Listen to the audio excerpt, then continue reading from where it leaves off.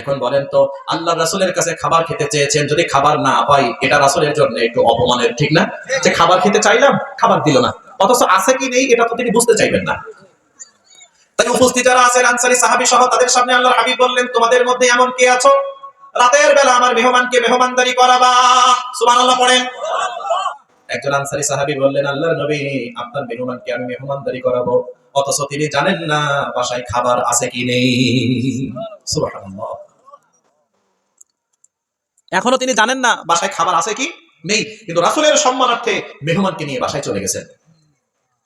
স্ত্রীকে ডাক দিলেন, স্ত্রীকে ডাক দিয়ে বললেন, বাসায় খাবার দাবার কি আছে? আল্লাহর রাসূলের মেহমান নিয়ে এসেছি। স্ত্রী বলছেন, খাবার আছে অল্প একটু, আজকে সিদ্ধান্ত নিয়েছিলাম আপনিও না খেয়ে থাকবেন, আমিও না খেয়ে থাকবো। খাবার যতটুকু আছে শুধুমাত্র সন্তানদের, ছেলে মেয়েদের হবে। যদি রাসূলের মেহমানকে খাবার দেই সন্তানদের হবে না, আর সন্তানদের দিলে মেহমানের হবে না। আনসারী সাহাবী তিনি তার স্ত্রীকে বললেন, শোনো, সন্তানদেরকে না খাইয়ে ঘুম পাড়িয়ে দাও, খাবার যতটুকু আছে সবটুকু মেহমানের পাত্রে দিয়ে দাও। আনসারী সাহাবী বড্ড বুদ্ধিমান মানুষ, তিনি মনে মনে ভাবলেন, মেহমান যদি বেঁকে বসে আপনিও আমাদের সাথে খান, খাবার কয়জনের? আর মেহমান যদি বুঝতে পারে আমি খাবার খাই নাই, তাহলে তিনিও খাবার খেয়ে তৃপ্ততা অনুভব। আমরা যখন কোনো বাসায় দাওয়াতে যাই দেখবেন বাসার মালিককে বাদ দিয়ে খেতে চাই না, আসেন ভাই আমার সাথে খান, একসাথেই খাই। কথা বলেন ঠিক না ঠিক? কিছু আনসারী সাহাবীর স্ত্রী, তিনিও বড় বুদ্ধিমতী মহিলা, আনসারী সাহাবী তিনিও বড় বুদ্ধিমান, স্ত্রীকে ডেকে বললেন, শোনো, মেহমান যদি বড্ড বেশি জোরাজুরি করে আমি মেহমানের কাছে অনুমতি চাইবো বাতিটা নিভিয়ে দেওয়ার জন্য। তুমি একটা খালি প্লেট আমার হাতে দিয়ে দিও, আমি অন্ধকারের মধ্যে নাড়াচাড়া করব, মেহমান বুঝতে পারবে না আমি খেয়েছি নাকি খাই নাই। সুবহানাল্লাহ। কেমন স্বামী, কেমন স্ত্রী, আন্ডারস্ট্যান্ডিং দেখেন। আপনার বাসায় যদি রাত 12টার সময় মেহমান নিয়ে যান, দেখবেন আপনার বোর ঝাড়িতে আপনি বাসায় টিকতে পারবেন না। হ্যাঁ, আগুন জ্বলবে। সম্মানিত সুধী, মায়েরা তো আপনাদের তুলনায় অনেক বেশি, একটু বলি নাকি? যারা বলেন বলবো। সম্মানিত সুধী, এমনও ব্যক্তি আমরা দেখেছি যে রাতের বাসায় মেহমান গেলে বাসায় তুলকালাম হয়ে যায়, উঠতে পারবো না, রান্না করতে পারবো না, বাইরে থেকে খাওয়াই নিয়ে আসো, বাইরে থেকে পার্সেল অর্ডার করো, ফুড পান্ডায় অর্ডার করো, এই করো তাই করো। আরে ভাই, ফুড পান্ডার খাবার খাবে তো বাইরে থেকেই খাবে, তোমার বাসায় আসবে কেন? কথা বলেন ঠিক না ঠিক? মেহমানের সম্মান, মেহমানের সম্মান বড় বেশি, বড় জিনিস। যেই বাসায় মেহমান বেশি সেই বাসায় আল্লাহর রহমত বেশি। জোরে পড়েন সুবহানাল্লাহ। প্রিয় বোনেরা, প্রিয় মায়েরা, স্বামীর সম্মানের দিকে তাকাতে চায় না, তার জেদ। কিন্তু ওই রাত্রে যদি তার ভাই তার বাসায় আসে কি করবে আল্লাহ মাবুদি ভালো জানে। আপনাদের এলাকার মা বোনেরা আলহামদুলিল্লাহ ভালো। মা বোনদের বিরুদ্ধে আমি কষ্ট দেওয়ার জন্য বলছি না, একজন আনসারী সাহাবীর স্ত্রীর জীবনী থেকে শিক্ষা নিতে বলছি। কি বলেন আপনারা প্রিয় ভাইরা?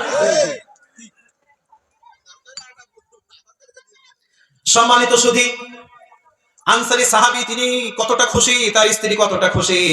আল্লাহি, আল্লাহর কসম, আল্লাহর নবী সাল্লাল্লাহু আলাইহি ওয়াসাল্লাম বলেন, নারীরা যতগুলো কারণে জাহান্নামে যাবে তার মধ্যে অন্যতম দুইটা বড় কারণ বলি। এক নম্বর হলো তাকফুরুনাল আশিরা, স্বামীরা অধিকাংশ স্ত্রীরা অধিকাংশ জাহান্নামে যাবে, তার অন্যতম কারণ হলো তারা স্বামীর নাশকরিয়া করে।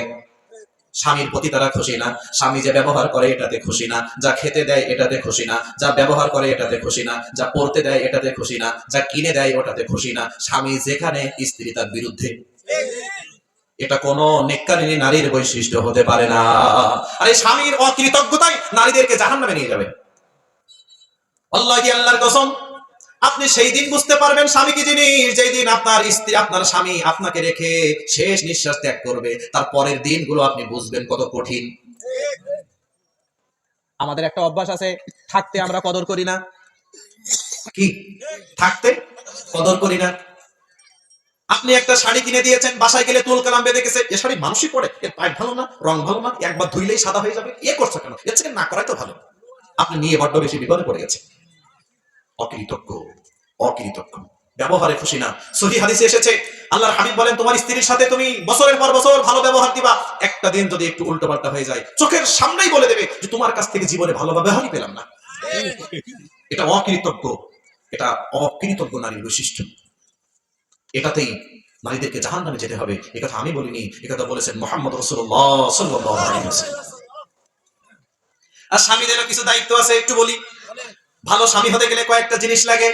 এক নম্বর হলো যে মানের আপনি খাবেন, আপনার স্ত্রীকেও সে মানের খাওয়াতে হবে। তাই বাসায় রান্না হয়েছে পাতলা ডাল আর শাক, আপনার ভালো লাগতেছে না, ফকিরহাট বাজারে যে 1 প্লেট বিরিয়ানি মেরে দিচ্ছেন, আর বাসায় বউ খাচ্ছে লম্বা ডাল পাতলা ডাল, এ বৈষম্য হবে না।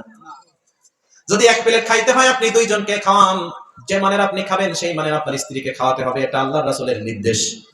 2 নাম্বার, যে মানের আপনি পড়বেন আপনার স্ত্রীকে সেই মানের পড়াতে হবে। আপনি পড়বেন 5,000 টাকা দামের পোশাক, স্ত্রীকে দিবেন 1,000 টাকা দামের পোশাক, এটা হবে না। হবে না। আপনি যে মানের কাপড় পরবেন আপনার স্ত্রীকেও সেই মানের কাপড় পরতে দিবেন, এটা হলো ভালো স্বামীর বৈশিষ্ট্য। 2, হুজুর এ দুটো পারা যায়, খুব সহজ, কিন্তু 3 নম্বর যেটা বলবো এটা একটু কঠিন। বলি, ওয়ালা তুকাব্বিহ, আল্লাহর হাবিব বলেন তোমরা স্ত্রীদেরকে গালিগালাজ করো না। গত একদিন কথায় কথায় আলোচনাটা করতেছি, স্ত্রীদেরকে গালি দিও না। একজন বলতেছে হুজুর গালি কম দিই, একটু বেশি করে মারি। গালি কি করি? কম দিই, একটু মাইর বেশি দিই। আমি কই সর্বনাশ, এটা কঠিন ব্যাপার।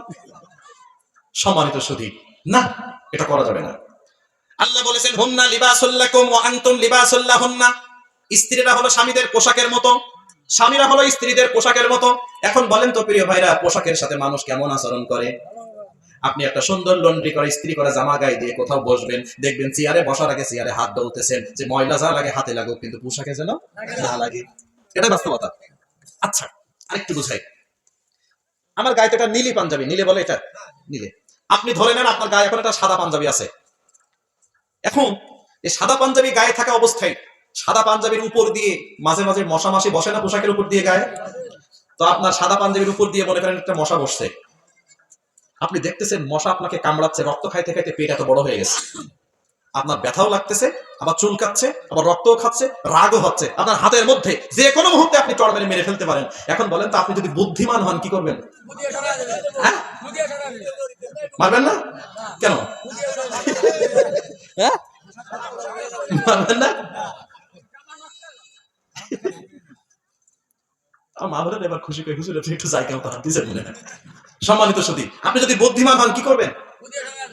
যা, রক্ত খাইছিস খা, ব্যথা তো লাগতেছে তাও মানলাম না, শুধু সাদা জামা বলে তুই বেঁচে গেলি রে, কিন্তু সাদা জামা না হয়তো তোর একদিন কি আমার একদিন আমি বুঝাইতাম। এটা হলো বুদ্ধিমান ব্যক্তির কাজ। আর যে বোকা সে পাঞ্জাবির উপর দিয়ে মশাটাকে মেরে ওর পাঞ্জাবিটাও নষ্ট করবে, সব শেষ। স্ত্রী হলো তেমন, ছোটখাটো ভুলভাল করলে ফাইজু হুন্না, একটু ওয়াজ করবেন, নসিহত করবেন, বুঝাবেন, ওটা খারাপ ব্যবহার দেওয়ার জিনিস নয়। বুঝাতে পারিনি আমি প্রিয় ভাইরা? আপনার পোশাককে বাঁচাবার জন্য আপনার একটু কষ্ট দিছে, রক্ত খাইছে, তাও আপনি তাকে মারেন না। অথচ আপনার স্ত্রীর হাত থেকে একটা গিলাস পড়ে গেলে আপনি ইচ্ছা মতন দেন, কথাটা শুনতে একটু দেরি হয়েছে আপনি ইচ্ছা মতন বকাঝকা দেন, গালিগালাজ দেন, এটা ভালো স্বামীর বৈশিষ্ট্য নয়। দেখেন এবার কোনো আওয়াজ নেই কিন্তু, হ্যাঁ গায়ে পড়ছে না? সম্মানিত সুধী, একথা আমার নাকি মুহাম্মদ সাল্লাল্লাহু আলাইহি সাল্লামের? আল্লাহ হাবিব বলেন গালিগালাজ করো না। তুমি যদি গালিগালাজ করো তার কাছে তোমার মান মর্যাদা সম্মান কমে যাবে। আর যে এই সম্পর্কের মধ্যে সম্মান শ্রদ্ধা নেই ওই সম্পর্কের মধ্যে ভালোবাসা থাকে না। সম্মানবিহীন ভালোবাসা হলে ওই ভালোবাসা টেকে না। সম্মানিত সুধী, এইদিকে খেয়াল করেন, তাহলে এটা মানা যাবে তো ইনশাআল্লাহ? ছোটখাটো ভুল ত্রুটি যা হয়ে যাবে আপনি বুঝাবেন, দেখবেন লাঠি দিয়ে যা না হচ্ছে সেটা বুঝিয়ে বুঝিয়ে হচ্ছে। যে কথা বলতেছিলাম প্রিয় ভাইরা, নারীরা অনেকগুলো কারণে জাহান্নামে যাবে, তার মধ্যে বড় একটা কারণ হলো স্বামীদের প্রতি অকৃতজ্ঞতা। দেখবেন নারীদের মধ্যে একটা অভ্যাস আছে, যদি কোনো বোন তার স্বামী তাকে একটা ভালো জিনিস উপহার দেয়, ওই জিনিসটা পাশের বাসার 2-4 জন ভাবিকে না দেখানো পর্যন্ত এটা তৃপ্তি হয় না। তাই বিকাল বেলা দেখবেন সাথে করে শাড়িটা নিয়ে, আপা দেখেন তো এটা ভালো হয়েছে কিনা, আপা দেখেন তো এটা এই দিয়ে এটা দিছে, দেখেন তো এটা রং ঠিক আছে কিনা। আরেকজন জিজ্ঞাসা করে আপা কত নিছে, কয় 5,000। ওর তখন মনটা খারাপ, আমাকে তো দিছে 1,1200 টাকা দিয়ে। এটা বাস্তব নাকি অবাস্তব? জোরে বলেন প্রিয় ভাইরা। বাস্তব। কিন্তু তিনি যদি ইমানদারিনী নারী হন তাহলে তিনি বলবেন আপনার স্বামীর বেশি ইনকাম আপনাকে ভালো দিয়েছে আলহামদুলিল্লাহ, আমার স্বামীর অল্প ইনকাম আমাকে কম দিয়েছে, আমি এটাতেই খুশি আলহামদুলিল্লাহ। এটা হলো নেককারিনী নারীর বৈশিষ্ট্য। কথা বলেন ঠিক না ঠিক? এবং তিনি হালাল হারামও দেখবেন, যাকে হাজার হাজার টাকা লাখ লাখ টাকা মার্কেট করে দিচ্ছে ওর স্বামী হারাম খাইতে খাইতে নিজেই হারাম হয়ে গেছে। তাই দিনদারিনী নারী টাকার মানদণ্ডে বেশি কম খুঁজবেন না, উনি হালালটাই খুঁজবেন। জোরে বলেন ঠিক না ঠিক? তাই তো স্ত্রীদের উচ্চাশা উচ্চাভিলাষী চিন্তা চেতনাকে পূরণ করতে যে এমন অনেক স্বামী আছে যারা হারামের পথে পা বাড়ায়। আছে না নেই? আছে। একজন ভালো নারীর প্রভাবে একজন খারাপ স্বামীও ভালো হয়ে যায়। আবার একজন খারাপ নারীর প্রভাবে একজন ভালো স্বামীও হারামের পথে পা বাড়াতে বাধ্য হয়ে যায়। তাই প্রত্যেকটা দিনদারিনী নারীর উচিত তার স্বামীর ইনকাম অনুযায়ী তার ডিমান্ড করা। প্রিয় বোনেরা, আমি আপনাকে কষ্ট দিতে চাচ্ছি না, আমি আল্লাহর হাবিবের কথাটা নকল করে শোনাচ্ছি। এটা হলো এক। দুই, তুকসিরুন লানা, নারীদের অন্যতম আরেকটা খারাপ বৈশিষ্ট্য হলো নারীরা কথায় কথায় অভিশাপ দেয়, আছে না নেই? এটা হলো জাহান্নামে যাওয়ার আরেকটা কারণ। আল্লাহি, আল্লাহর কসম, নারীদের এমন বাজে অভ্যাস, স্বামীকে অভিশাপ, স্ত্রী সন্তানকে অভিশাপ, চাকরিকে অভিশাপ, কর্মক্ষেত্রকে অভিশাপ, এমনকি সংসারকে অভিশাপ। আর যদি পাশের বাসার ভাবির সাথে একটু গন্ডগোল বাঁধে, অভিশাপ কারে বলে? বাস্তব নাকি অবাস্তব? জোরে বলেন প্রিয় ভাইরা, প্রিয় মায়েরা, প্রিয় বোনেরা, আপনি কান খাড়া করে শুনেন। আল্লাহর হাবিব এই অভিশাপটা দেওয়াকে জাহান্নামে যাওয়ার কারণ বলেছে। আল্লাহি, আল্লাহর কসম, আপনি অভিশাপ দিবেন না। মান কানা ইউমিনু বিল্লাহি ওয়াল ইয়াউমিল আখির ফালইয়াকুল খায়রান আও লিয়াসমুত। এই হাদিসটা নারী পুরুষ সবার জন্য প্রযোজ্য। মুহাম্মদুর রাসূলুল্লাহ সাল্লাল্লাহু আলাইহি ওয়াসাল্লাম বলেন, যারা আল্লাহকে বিশ্বাস করে, আখিরাত দিবসকে বিশ্বাস করে, তারা যেন কথা বললে ভালো কথা বলে। কি কথা? ভালো কথা। যদি ভালো কথা বলতে না পারে, ফালইয়াসমুত, চুপ। সুবহানাল্লাহ, মানে প্রিয় ভাইরা। তবে এটা সহজ নাকি কঠিন? যারা বলেন সহজ নাকি কঠিন? আপনার ইচ্ছা হচ্ছে ইচ্ছা মতো গালি দিতে, এই মুহূর্তে নিজেকে চুপ রাখা, এটাই হলো বড় শক্তিশালী মানুষের পরিচয়। লাইসা শাদীদু বিসসুরা ইন্নামা শাদীদুল্লাযী ইয়ামলিকু নাফসাহু ইনদাল গাদাব। যে ব্যক্তি সবকিছুকে উল্টে উল্টে দিতে পারে, এই ব্যক্তি শক্তিশালী নয়। আল্লাহর হাবিব বলেন, যেই ব্যক্তি রাগের সময় নিজেকে কন্ট্রোল করতে পারে, এই হলো সবচেয়ে শক্তিশালী। তাই আপনাকে গালি দিতে মনে চাচ্ছে, অভিশাপ দিতে মনে চাচ্ছে, এই মুহূর্তে যদি আপনি চুপ হয়ে যেতে পারেন, তাহলে ওই ব্যক্তিই হলো শক্তিশালী। সম্মানিত সুধী, প্রিয় বন্ধুদের বলছি, অভিশাপ নয়। আপনি যাকে অভিশাপ দিবেন, দেখবেন ওই ব্যক্তি ভালো চলতেছে, আপনার নিজের অভিশাপে নিজেই ধ্বংস হয়ে যাচ্ছে। আছে না? আর এই অভিশাপগুলো আসে হিংসাত্মক মনোভাব থেকে। কি থেকে? হিংসাত্মক মনোভাব থেকে। একই সংসার, স্বামীরা 2টা ভাই, 3টা ভাই, শ্বশুর শাশুড়ি সহ একসাথে আছি, কেউ কাউকে মেনে নিতে পারেন না। তাই তো 5টা প্লেট, এই 2টা মাঝে, ওর জন্য 3টা থই, এমন একটা অবস্থা, যদি একটা প্লেট মাঝখান থেকে ভেঙে 2জনে মাজা যায়, তো সেটাও করতো। অথচ এই কাজটা 2 মিনিটের কাজ না। অন্তরের মধ্যে কি? হিংসা। হিংসা। একটা কঠিন হাদিস শোনাই, পুরুষ নারী সবার জন্য শোনাই প্রিয় ভাই একটু। আল্লাহর হাবিব সাল্লাল্লাহু আলাইহি ওয়াসাল্লাম বলেন, ওয়ালা ইয়াজতামিউ ফি জাওফি আবদিন আল ঈমান ওয়াল হাসাদ। মুহাম্মদুর রাসূলুল্লাহ সাল্লাল্লাহু আলাইহি ওয়াসাল্লাম বলেন, একজন মানুষের হৃদয়ে 2টা জিনিস কোনোদিন একসাথে থাকতে পারে না। জোরে বলেন, কয়টা? আরো জোরে। জোর হলো না? জোরছে বলেন। মুখস্থ থাকে জন্য, এইজন্য এত গুরুত্ব দিচ্ছি, কথাটা ইম্পর্টেন্ট। একজন মানুষের হৃদয়ে 2টা জিনিস একসাথে থাকতে পারে না, আল ঈমান আল হাসাদ। একটা হলো ঈমান, আর একটা হলো হিংসা। নারীরা, পুরুষরা, ভাইরা, বোনেরা সবাই শোনেন, ঈমান এবং হিংসা 2টা জিনিস একসাথে কারোর অন্তরে থাকতে পারে না। যার অন্তরে ঈমান আছে, তার অন্তরে হিংসা নেই। যার অন্তরে হিংসা আছে, তার অন্তরে ঈমান নেই। এই 2টা পরিপন্থী জিনিস। এখন আপনি আপনার বিবেকের কাছে চিন্তা করে দেখেন, ঈমান আছে নাকি হিংসা আছে? যদি হিংসা থাকে, ঈমান নেই, আর ঈমান থাকলে হিংসা নেই। আল্লাহি, আল্লাহর কসম, আপনি যদি ভালো কাজ করতে করতে বিশাল বড় মাঠের মতো বিশাল ভালো কাজের স্তূপ জমা হয়ে যায়, এই ভালো কাজের স্তূপ, আপনি এত ভালো কাজ করেছেন, সব শুকনা কাঠের মতো, সব শুকনা কাঠের মতো, এই শুকনা কাঠের গাদায় যদি ছোট্ট একটা মেজের কাঠি দিয়ে জ্বালিয়ে দেন, ফলাফল কি? জোরে বলেন। আল্লাহর হাবিব বলেন, ইয়াকুম ওয়াল হাসাদ ফা ইন্নাল হাসাদা ইয়াকুলুল হাসানাতি কামা তাকুলুন নারুল হাতাব। জোরে পড়েন নাউযুবিল্লাহ। আল্লাহর হাবিব বলেন, আগুন যেমন শুকনা কাঠগুলোকে জ্বালিয়ে পুড়িয়ে ছাই করে দেয়, মানুষের অন্তরে থাকা হিংসাগুলোকে, ভালো আমলগুলোকে জ্বালিয়ে পুড়িয়ে ছাই করে দেয়। নামাজ, রোজা, হজ, যাকাত, দান, সাদাকা সব করতেছেন, ভালো কাজ, আবার হিংসা আছে। এই হিংসা আপনার এই ভালো কাজগুলো সব জ্বালিয়ে পুড়িয়ে নষ্ট করে দিবে। নাউযুবিল্লাহ বলেন প্রিয় ভাইরা। এবার বলেন তো, হিংসা করা যাবে? কথা বললে কি কথা? ভালো কথা। কথা বললে কি? আর যদি ভালো কথা না বলতে পারেন, চুপ। কঠিন না সহজ? কঠিন। কিন্তু ইমানদারিনীদের কাছে সহজ, কারণ তারা তো স্বাধীন না। তারা কি? জোরে বলে, তারা কি? কার কাছে? আল্লাহর বিধানের কাছে তারা পরাধীন, তাই তারা মানবেই মানবে। প্রিয় বন্ধুদের বলি, অভিশাপ দিবেন না। আপনি কারোর জন্য খারাপ দোয়া করলে, সেই খারাপ দোয়া তার প্রতিফল আপনার উপরে পড়ে। তাই দেখবেন, আপনি যার সাথে হিংসা করতেছেন, সে ভালো চলতেছে, আর আপনি নিজে নিজে ধ্বংস হয়ে যাচ্ছেন। জোরে বলেন, হয় নাকি হয় না? প্রিয় বোন, প্রিয় মা, হিংসাত্মক মনোভাব নয়, অকৃতজ্ঞ নয়, অভিশাপ নয়, ভালো কথা না পারলে চুপ। আশা করা যায় আপনাদের ঈমানটাকে কবুল করে নেবেন যিনি, তিনি কে? সম্মানিত সুধী, যে কথা বলতে চাচ্ছিলাম আমি, কাফেররা কি স্বাধীন নাকি পরাধীন? স্বাধীন। কাফেররা কি স্বাধীন, আর ইমানদারেরা পরাধীন। তো আমরা তো নিজেদেরকে ইমানদার হিসেবে দাবি করি নাকি করি না? এবার বলেন তো আমরা স্বাধীন নাকি পরাধীন? কার কাছে? আল্লাহর প্রত্যেকটা বিধান আমরা মানতে বাধ্য যদি আমরা ইমানদার হই। আর আল্লাহ রাব্বুল আলামিন আয়াতের লাস্টে বলেন ওয়াল্লাযীনা তাকাউ ফাওকাহুম ইয়াওমাল কিয়ামাহ, যারা কিয়ামতের দিন ওই কাফেররা আমার কাছে হাজির হবে আর ইমানদারেরাও হাজির হবে, আমি আল্লাহ ওই কাফেরদের উপরে ইমানদারদের মর্যাদা রেখে দিয়েছি। সুবহানাল্লাহ বলেন প্রিয়রা, আরো জোরে বলেন সুবহানাল্লাহ। তাহলে যারা আমাদের টিটকারি করলো ওরা ঠকলো নাকি আমরা ঠকলাম? কথা বলেন প্রিয় ভাইরা। আর আমরা টিটকারি সহ্য করলাম, তাহলে আমরা জিতলাম নাকি ওরা জিতলো? তো আপনি আমার সাথে টিটকারি করেন, আপনি আমার বিরোধিতা করেন, করেন যান, আমরা দুনিয়ার ভোগ বিলাস চাই না, আমরা আল্লাহর জান্নাত চাই। ঠিক আছে? ঠিক। ওই দিন বোঝা যাবে যারা আমাদের দিকে টিটকারি করতো, আল্লাহর দয়ায় আমরা স্বর্ণের কাপে চাইলে চুমুক দেবো, আর ওদের জ্বলা-পোড়া চোখের সামনে দেখবো আর হাতে তালি দিব। দেবে না? কিয়ামতের দিন ওই কাফেরদের যন্ত্রণা দেখে জান্নাতীরা খুশি হবে, কারণ জান্নাত তো খুশির জায়গা, মন খারাপের জায়গা না। কেন? ওই সময় মনে হবে, ও তোমরা আমাকে মৌলবাদী বলে গালি দিতা, টুপিওয়ালা দাড়িওয়ালা বলে জঙ্গিবাদী বলতা, আজকে দেখো আল্লাহ আমাদেরকে দয়া করেছেন, আমরা জান্নাত পেয়েছি, আর তোমাদের কপাল কতই না খারাপ। সম্মানিত সুধী, যে সাহাবের ঘটনাটা একটু বাধাই রাখছিলাম, মনে আছে না? একটু নিউটন নিয়েছিলাম আর কি, এটা শেষ করে দেয় নাই। অনেকেই বলবেন হুজুর একটু বাধাই রাখছে। আনসারী সাহাবী তার স্ত্রীকে কি বলছেন? হ্যাঁ, আমি মেহমানকে বলবো যে এই বাতিটা নিভিয়ে দেই, অন্ধকারের মধ্যে খালি একটা প্লেট আমার হাতে দিয়ে দিও, নাড়াচাড়া করবো, মেহমান বুঝতে পারবে না আমি খেয়েছি নাকি খাই নাই। সুবহানাল্লাহ। আনসারী সাহাবীর স্ত্রী বাচ্চাদেরকে না খাইয়ে ঘুম পাড়িয়ে দিলেন, খাবারটুকু সব মেহমানের পাত্রে দিয়ে দিলেন। মেহমান রাতের বেলা পরিতৃপ্তির সহকারে খাবার খেয়ে ঘুমিয়ে গেছেন।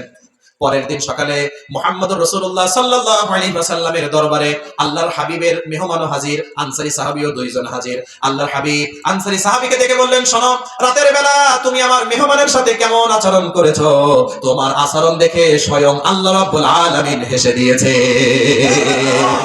এবার বলেন তো প্রিয় ভাইরা, তিনি মেহমানের সাথে যেমন আচরণ করলেন, এটা কি আল্লাহ খুশি হওয়ার মতো কাজ নয় কি? আলহামদুলিল্লাহ। আল্লাহর হাবিব বলেন, শোনো, আল্লাহ তোমার কাজে খুশি হয়েছেন এটা নয়, তিনি আয়াত নাজিল করে দিয়েছেন, ওয়ায়ুসিরুনা আলা আনফুসিহিম ওয়ালাউ কানা বিহিম খাসাসা।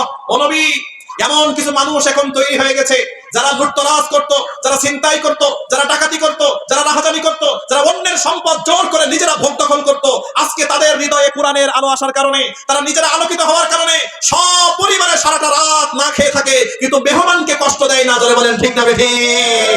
তাদের হৃদয়গুলো এখন কোরআনের আলোয় আলোকিত। সুতরাং কোরআনের আলো যাদের মধ্যে আছে, ইমানের আলো যাদের মধ্যে আছে, ওরা পৃথিবীর যেই জায়গা যাবে সেই জায়গাটা আলোকিত হয়ে যাবে। আর যাদের অন্তরে ইমান নেই, কোরআনের আলো নেই, ওরা পৃথিবীর যেই দায়িত্বে বসবে সেই জায়গাটা একদম জাহান্নামে পরিণত করবে।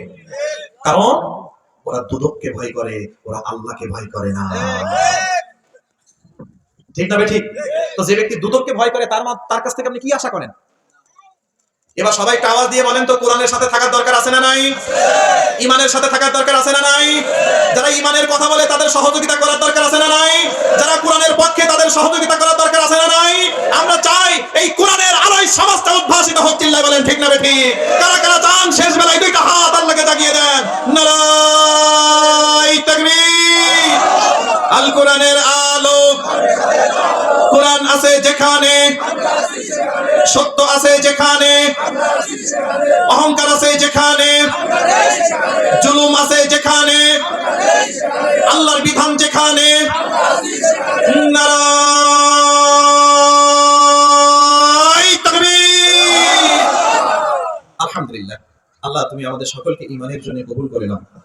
আল্লাহ আমাদের পারস্পরিক সম্পর্কগুলো ইমানের ভিত্তিতে করার তৌফিক দাও। আল্লাহ তুমি আমাদের নেতৃত্বে কোরআন প্রিয় মানুষগুলোকে দিয়ে দাও।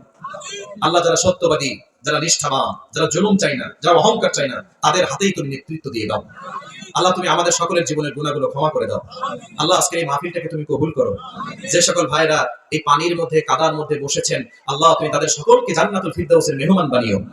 পর্দার আড়ালে যে সকল মা এবং বোনেরা কষ্ট করে এসেছেন, বসেছেন, তাদের সকলকে আম্মা জান ফাতেমা রাদিয়াল্লাহু আনহার সাথে জান্নাতের মেহমান বানিয়ে দিও। আল্লাহ যে সকল ভাইরা দিন রাত পরিশ্রম করে আয়োজন করেছেন, তাদের সকলকে তুমি দুনিয়া এবং আখিরাত উভয় জায়গায় কল্যাণ দান করে দাও। জোরে বলেন আমিন। সুবহানাকাল্লাহুম্মা ওয়া বিহামদিকা আশহাদু আল্লা ইলাহা ইল্লা আনতা আস্তাগফিরুকা ওয়া আতুবু ইলাইক। ঠিক আছে।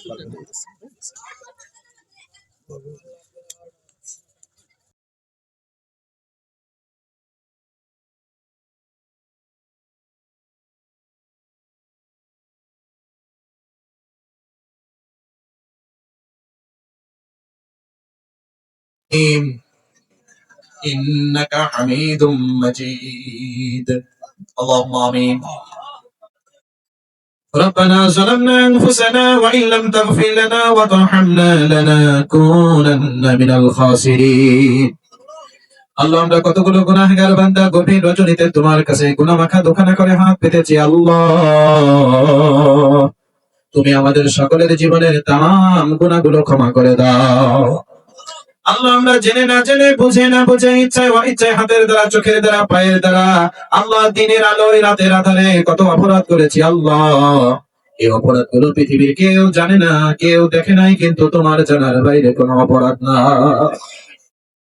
তাই তোমার কাছে মিনতির সাথে দোকানে হাত পেতে ফরিয়াদ জানাই আল্লাহ আমাদের সকলের জীবনের তাম গুনাহগুলো তুমি ক্ষমা করে দাও আল্লাহ আমরা যারা তোমার কাছে হাত পেতেছি আমাদের যাদের আব্বা নাই দাদা নাই দাদি নাই নানা নাই নারী নাই ভাই নাই বোন নাই শ্বশুর নাই শাশুড়ি নাই স্বামী নাই স্ত্রী নাই যে যেখানে তোমার ডাকে সাড়া দিয়ে গহীন মাটির নিচে ঘুমিয়ে গিয়েছেন আল্লাহ তাদের সকলের কবর গুলোকে তুমি জান্নাতের বাগান বানিয়ে দাও সকলেই বলি রব্বির হামহুমা কামা রাব্বায়ানি সগীরা রব্বির হামহুমা কামা রাব্বায়ানি সগীরা আল্লাহ আমরা যারা তোমার কাছে হাত পেতেছি আমাদের মধ্যে যারা অসুস্থ আছেন সকলের শরীরগুলো তুমি শিফায়ে কামিলা আজলা দিয়ে দাও আল্লাহ মাওলানা মুস্তাকিম বিল্লাহ ভাই তার আব্বা অসুস্থ আল্লাহ তুমি তাকে সুস্থ করে দাও আল্লাহ ঈমানের সাথে রাখো হায়াতান তাইয়্যিবা দান করো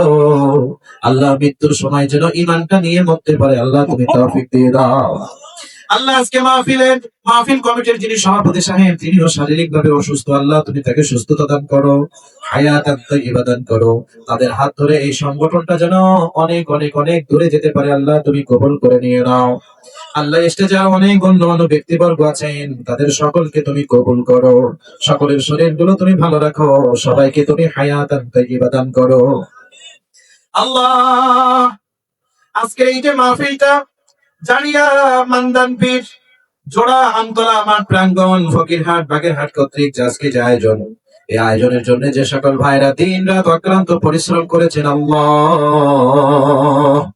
তাদের সকলের পরিশ্রম গুলোকে তুমি কিয়ামতের দিন জান্নাতে যাওয়ার ওসিলা হিসাবে কবুল করে নাও আল্লাহ কারণ নাম বলে আমি খাটো করতে চাই না কে কতটুকু পরিশ্রম করেছে আল্লাহ তুমিই ভালো জানো ওয়া ইন তুবদু মা ফি আনফুসিকুম মাও তুখফুহু ইউহাসিবুকুম বিহিল্লাহ মুখে মানুষ কথা ফুটে না বললে অন্তরের যা কিছু সব কিছু তুমি জানো এই মাহফিলের জন্য যে যতটুকু কষ্ট করেছেন আল্লাহ প্রত্যেকটা কষ্টের ফল কিয়ামতের দিন তুমি জান্নাত হিসাবে কবুল করে নিও আল্লাহ মাওলানা মুস্তাকিম বিল্লাহ ভাই তুমি তার সম্মান ইজ্জতকে বাড়িয়ে দাও তুমি তাকে হায়াতান তাইয়্যিবা দান করো আল্লাহ তুমি কোরআনের কথাগুলো মানুষের সামনে থেকে কত ভাই বলতে পারে তুমি তার যোগ্যতা তার ইলম তার মেধাকে বৃদ্ধি করো আল্লাহ আজকে মাহফিলটা বাস্তবায়নের জন্য যে সকল ভাইরা দেশের বাইরে থেকে টাকা দিয়েছেন পয়সা দিয়েছেন আল্লাহ প্রত্যেকের দানগুলোকে তুমি অনেক অনেক অনেক গুণে বাড়িয়ে দিয়ে প্রত্যেকের দানগুলোকে তুমি কিয়ামতের দিন জান্নাতুল ফিরদাউসে যাওয়ার ওসিলা হিসাবে কবুল করে নিও আল্লাহ অত্র এলাকায় তারা যারা বিদেশে থাকেন বিদেশ থেকে অনেকেই দান করেছেন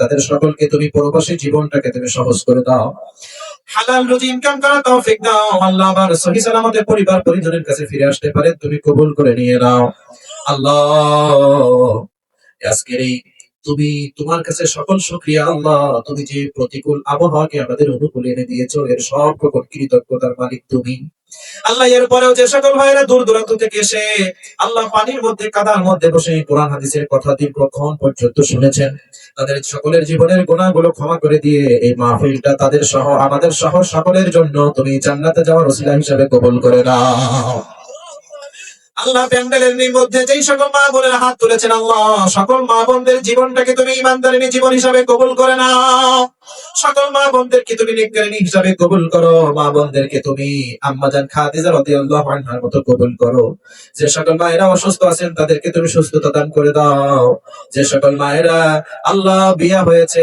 সংসারে অশান্তি আল্লাহ তুমি সেই সকল বোনদের মাদের সংসারগুলোকে সুখময় করে দাও আল্লাহ যে সকল বোনেদের মায়েদের বিবাহ হয়েছে সন্তান হয় না, আল্লাহ দুঃখিনী বোনের কোল জুড়ে তুমি নেককার সন্তান দিয়ে দাও। আল্লাহ যে ভাইটি লাইটিং প্যান্ডেলিং মাইকিং করলেন, আল্লাহ এত কষ্ট করে তুমি তার হালাল ব্যবসায় বরকত দান করে দাও। আল্লাহ তোমার কাছে ফরিয়াদ জানাই, এই মাহফিলটা 31তম মাহফিল, এই মাহফিলটা তুমি ক্রমান্বয়ে কিয়ামতের দিন পর্যন্ত কবুল করে নাও। আল্লাহ এলাকাবাসীর উপরে তুমি রহমত আর বরকত নাজিল করো। আল্লাহ তাদেরকে তুমি ইসলামের ছায়াতলে আসার তৌফিক দান করে দাও। আল্লাহ তুমি আমাদের সকলকে জালিমের জুলুম থেকে বাঁচাও, হিংসুকের হিংসা থেকে বাঁচাও, নিন্দুকের নিন্দা থেকে বাঁচাও, ষড়যন্ত্রকারীর ষড়যন্ত্র থেকে বাঁচাও। আল্লাহ অহংকারীর অহংকার থেকে আমাদেরকে তুমি বাঁচাও। সুবহান রাব্বিকা রাব্বিল ইজ্জাতি আম্মা ইয়াসিফুন ওয়া সালামুন আলাল মুরসালিন। আল্লাহ মৃত্যুর সময় যেই দিন তুমি মালাকুল মাউত আমাদের প্রাণ পেটটা নেওয়ার জন্য পাঠাবে, ওই কঠিন মুহূর্তে আমাদের সকলের জবানে তুমি ঈমানের কালিমা নসিব করে দিও, লা ইলাহা ইল্লাল্লাহ মুহাম্মাদুর রাসূলুল্লাহ সাল্লাল্লাহু আলাইহি ওয়াসাল্লাম। আসসালামু আলাইকুম ওয়া রাহমাতুল্লাহ।